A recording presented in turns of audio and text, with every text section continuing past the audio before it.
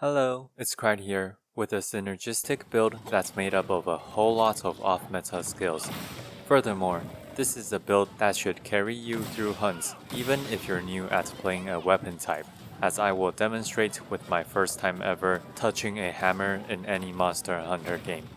Also, I just happened to have come up with an interesting hammer build while working on my greatsword. But let's take a look at the off-meta skills first. One of the stars of today's show is the skill Latent Power. Now, before you groan and close this video, don't judge this skill by the meta setups. Listen to my explanation on this skill's potential first. The in-game description for Latent Power states that you get an increase in affinity and a reduction to stamina depletion when certain conditions are met. Let's just treat the 50% stamina consumption for Latent Power 5 as a bonus, and focus on the affinity gain.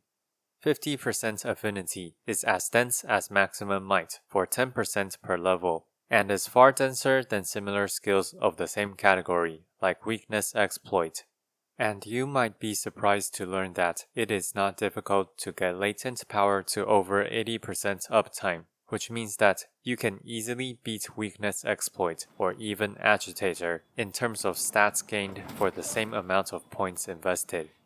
Depending on the weapon and also the proficiency of the player, Maximum Might also has trouble holding such a high uptime without further investing into the Fogre set. Therefore, Latent Power is very dense and strong when you can activate it. So how do we activate it? Latent Power has 3 triggering conditions. The first occurs when 5 minutes have passed in a mission, but this is practically worthless. The second method of activation is when you spend 2 minutes in combat. This also takes too long. This leaves us with the third condition, taking 130 total damage, which is actually fairly easy to do. All you have to do is keep playing aggressively. Just don't put dodging on your top priority, and if you're not getting hit for Latent Power's activation, that means you're getting free damage off, so it's practically a win-win solution. All we need to solve now is how to accommodate taking damage for Latent Power, and just taking damage in general for someone who wants to run a sustainable build. The key here is, running skills like Defense Boost or Divine Blessing will reduce your damage taken, and Latent Power activates based on actual damage taken. This means that focusing on damage reduction skills will slow down the speed at which you get Latent Power. Instead, we will be focusing on recovery, combining Speed Eating, Recovery Up, Quick Sheath, and Free Meal as a final bonus. Monster Hunter has always had a weightier feel to not just combat but also other actions to make the hunt feel more realistic. As such, drinking a potion in Wilds normally takes quite a long time. You probably felt this clearly while finishing up the storyline. But there's actually a cheap level 1 skill that can solve the long potion times, Speed Eating. Yeah, despite the skill name being Speed Eating and not Speed Drinking, it does affect the speed at which you consume your potions. While it does affect the speed of eating rations and such, I'm going to focus on the increase in speed for drinking potions, as that's the main selling point really.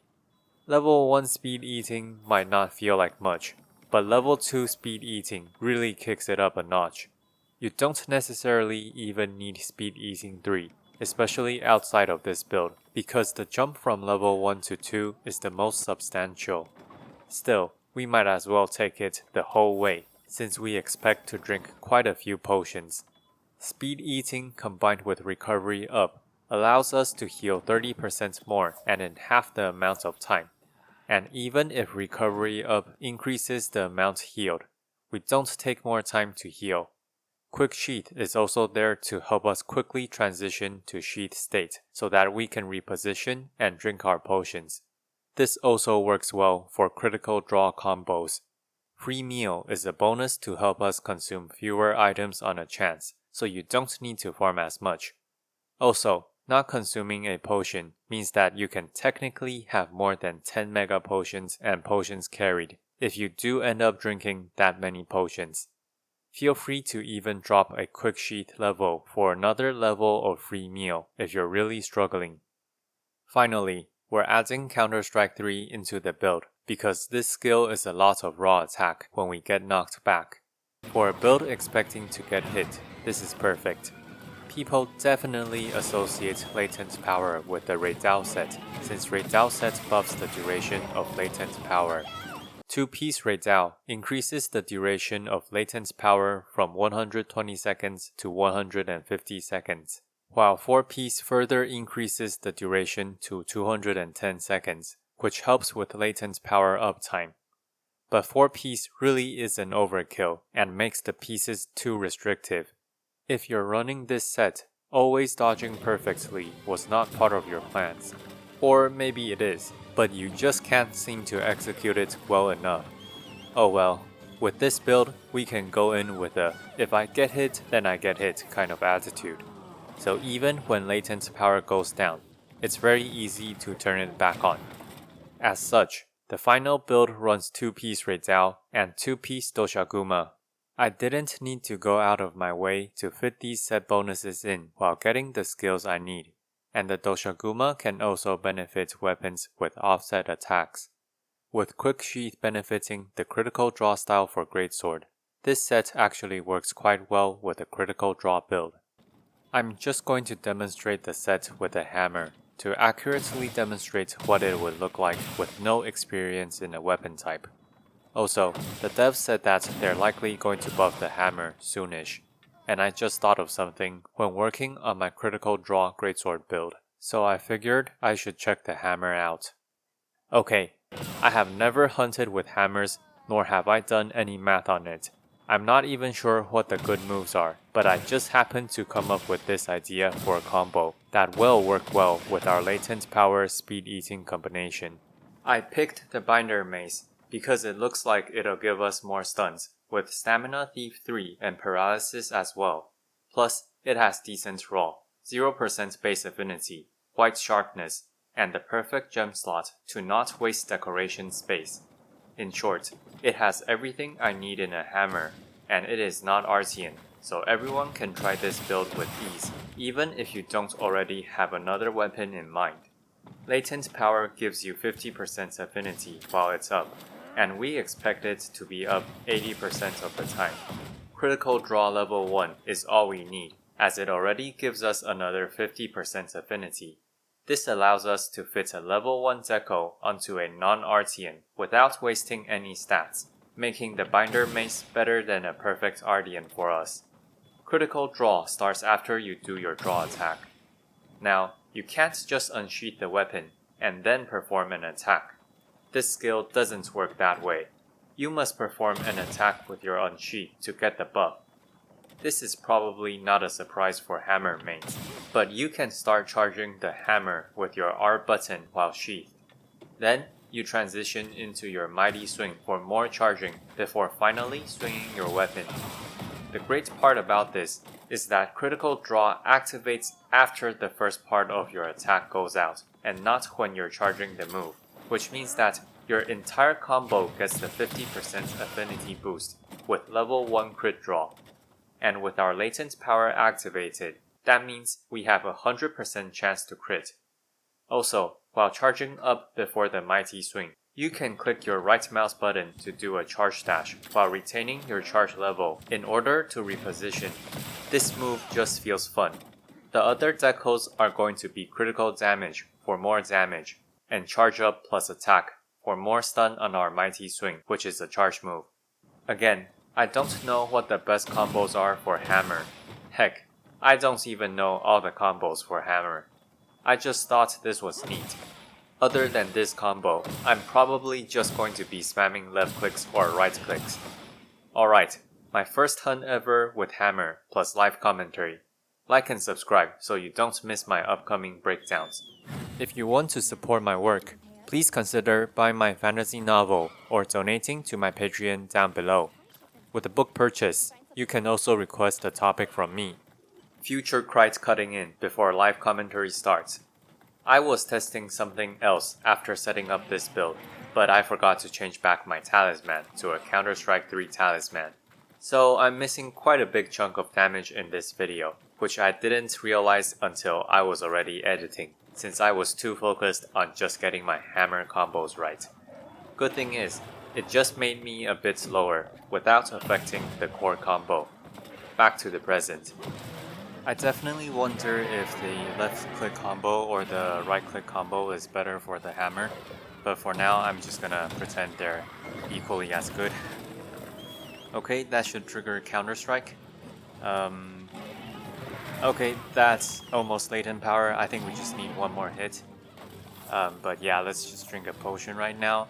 I'm gonna try and see if we can, make do with not full mega potion or just not full like regular potion, and we'll space it out and see how much we still have at the end.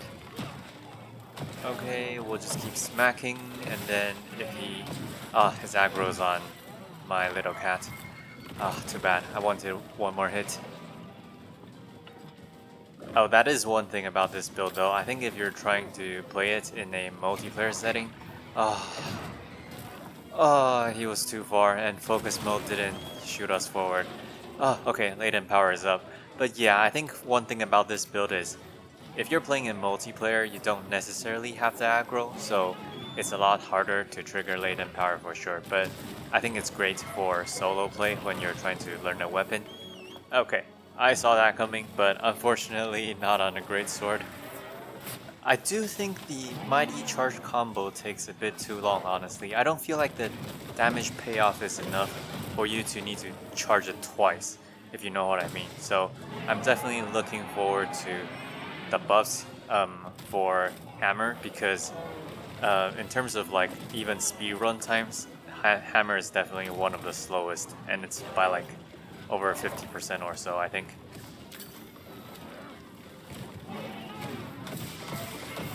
Oh, I didn't crit there. I think I forgot to sheath it before I did the mighty slam combo. Still not used to this weapon because this is basically the first time playing. Okay, let's try again here.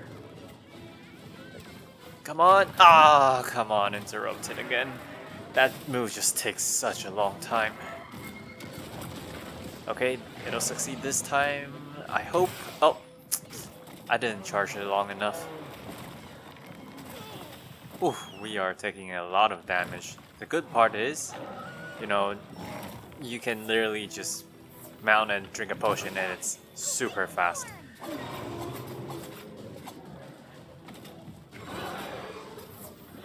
Actually, I'm wondering if the wound break on the back of the monster counts as a critical draw attack. Here, let me try it. Well, I can't guarantee because I have latent power up, but maybe it does. It would be really nice if the mounted wound break counts as a critical draw too. Anyways, yep, let's keep going. I'm just gonna, I'm just gonna do this Big Bang thing. I don't want to charge up twice. Okay, we got time. Let's just keep smacking.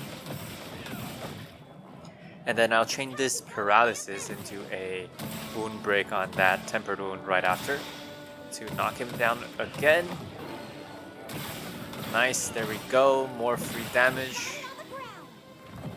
Okay, let's do our critical draw combo. Guaranteed crit. There we go. Okay, we need latent power up again, actually.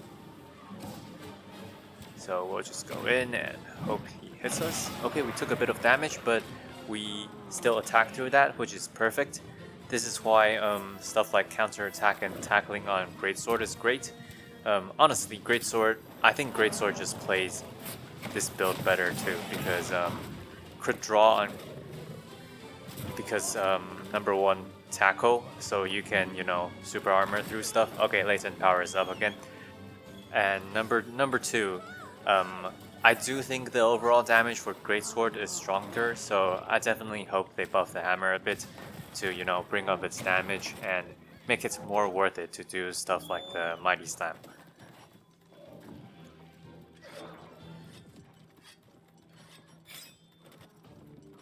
Also, you know, if you run out of potions, you can always refill from the secrets, from the mount's supply pack too. And, you know, grab the honey on the side, etc. You know, you guys know how to farm this.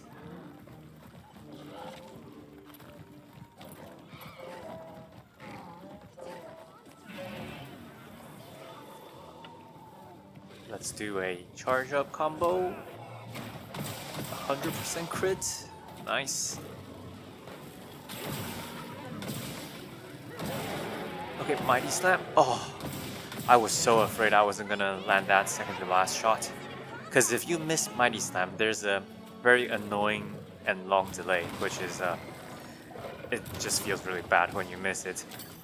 Okay, step in to get close. Ah, interrupted. Let's do another charge up while we move out of the way. Okay, I'll hold it for extra time for him to come back. Oh, nice, perfect. Exactly what I wanted. Ah, you see that. I missed Mighty Slam, and you get this long end lag after missing Mighty Slam. Anyways, let's do our charge combo.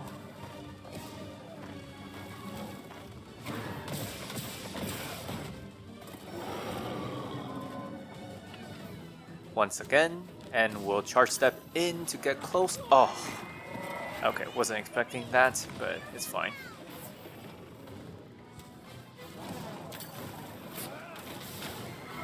Nice, just sneaked past him and didn't get hit.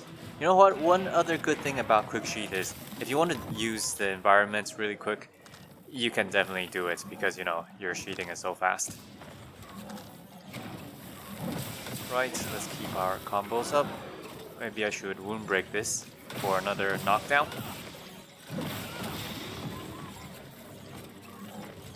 Oh, I forgot to start charging. I should have charged a bit earlier. Definitely wasted some time there. Okay, again. Oh, don't hit me. Oh, okay. Okay, that's fine. I just realized I haven't even been potting that much. The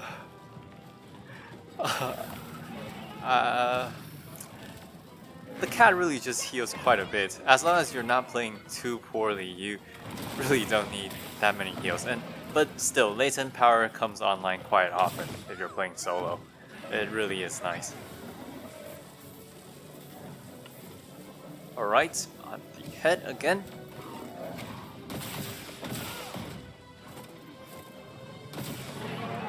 I might consider earplugs for hammers too, you know, because you have such long charge up animations or long combos as well. But yeah, first time playing, so I'm not too sure about what's good yet. Definitely waiting for the balance note before I ever make a hammer guide. Okay. Oh, we can capture now actually. Let's break this wound and do a capture. Shock trap. Wait, I can't place it here. I'll trank first. And then please get up. Where should I put it? Okay, right here. Nice, there we go. Hopefully under 10 minutes. If it's under 10 minutes, that would be really quick with a hammer already, honestly. Let's see. Oh, 920, not bad at all.